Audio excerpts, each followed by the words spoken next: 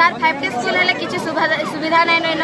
एक तो हमको पानी पीवार लगी टिके मिलवार नहीं किछु नहीं आके फिल्टर तापर क्लास रे फैन चलवार नहीं किछु नहीं क्लास गुटे हेले बाकी क्लास माने नहीं हबार की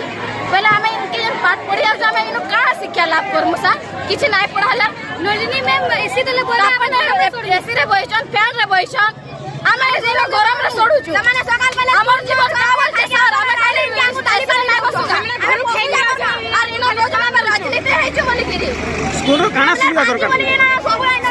खाना पीवा ठीक से दिया जाऊ पानी ठीक से दिया जाऊ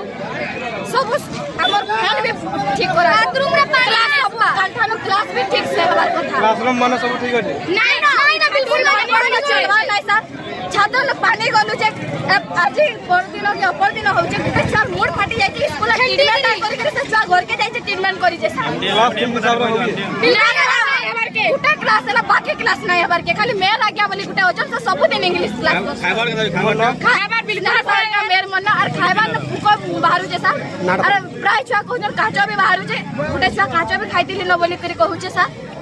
और धोला पुको भी बाहरु जो लैट्रिन बाथरूम में पानी ही ना किसी समाधान करा नहीं जिबा बोले नलिनी मैम के सस्पेंड करा जाऊ इटा हमर दाबी है नाटा बिल्कुल